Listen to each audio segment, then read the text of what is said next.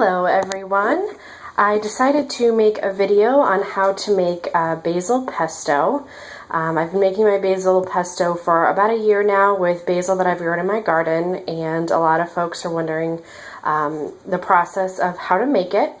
It's definitely something that can help save you a lot of money because pesto found in the jar at the grocery store is quite expensive, at about $6 to $9 a jar.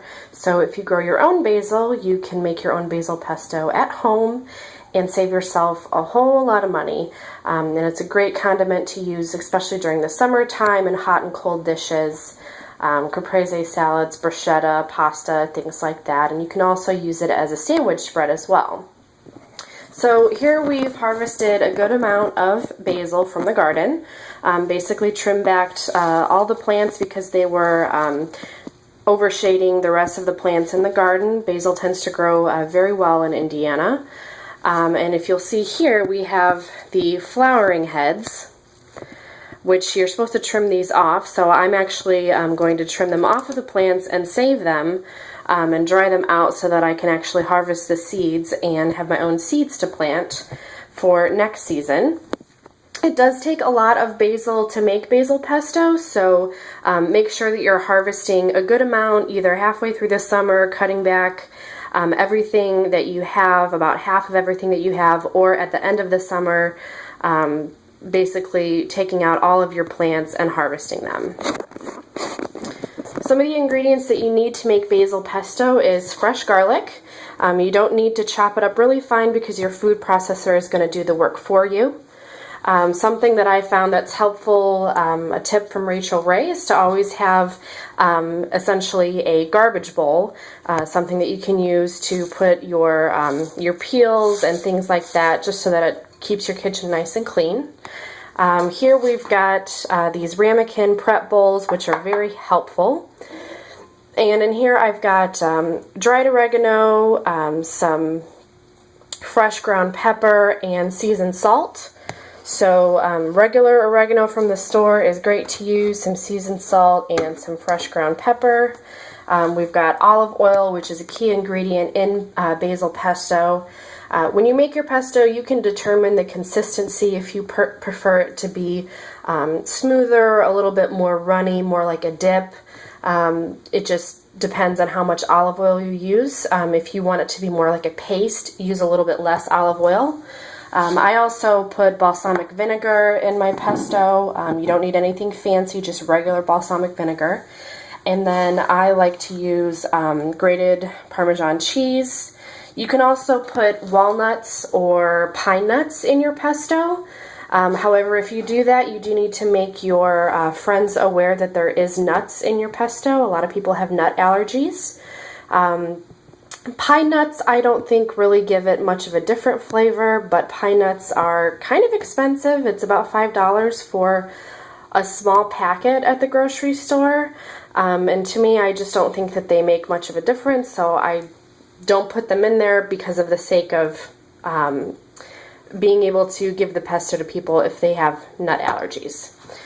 So what we're going to do is we're going to load everything up here in our food processor. A good food processor is very important to make good basil pesto. You can do it in a blender. It just might not turn out as well. So we've got our garlic already in there, and we're going to pack in the basil leaves.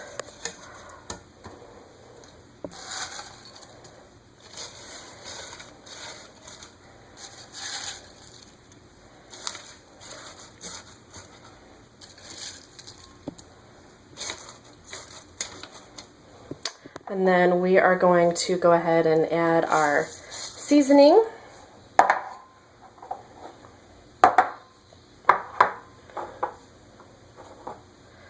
And a little bit of the balsamic vinegar. It's really depending on your personal taste. There really are no rules to making basil pesto.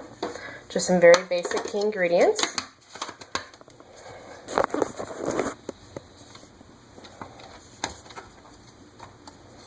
Get this all locked up here.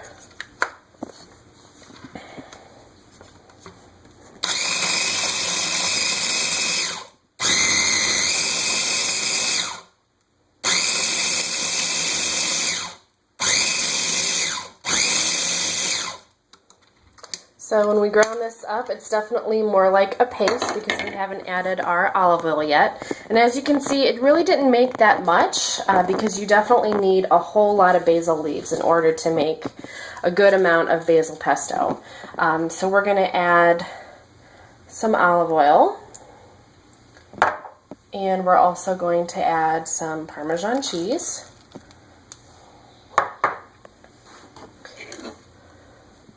And then we're going to blend this up one more time.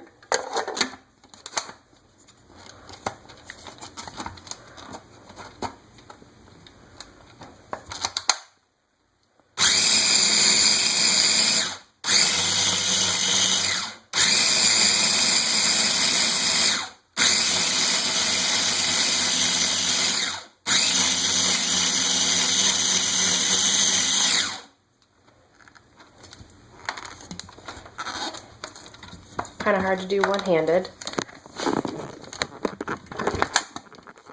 So now we've got our pesto made. It's nice and green. Probably put some more basil leaves in there and basically keep repeating the process. As you pack in more basil leaves, you definitely want to add more balsamic vinegar, more spices, and more olive oil to kind of balance out the flavor. If you like your basil pesto to be spicy, you can certainly add your favorite spices. If you want it to be more garlicky, you can add more garlic.